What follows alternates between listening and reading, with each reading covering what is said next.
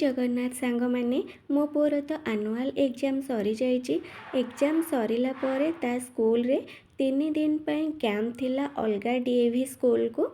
ये मु तार बैग पैकिंग कर दौली आ से मते टिके हेल्प करुथिला।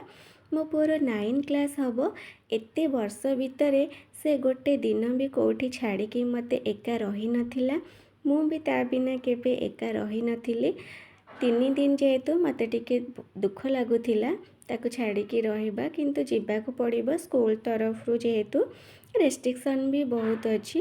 ये सकाଳେ ताकू नहीं मु स्कूल छाड़ी दे आसली। से टाइम रे ता बेस्ट फ्रेंड आसी पहुँचीगला। ता मन तो बहुत खुशी। निमापड़ा डीएवी रे पिला माने पहुँचला पर केते खुशी समस्ते होचंती। आउ जहाँ भी प्रोग्राम होउथिला जुआड़े भी जाउथिले सबू फोटो वीडियो अपडेट करुथिले सांगे सांगे। बहुत भल लगुथिला देखिकी। Thank you for watching.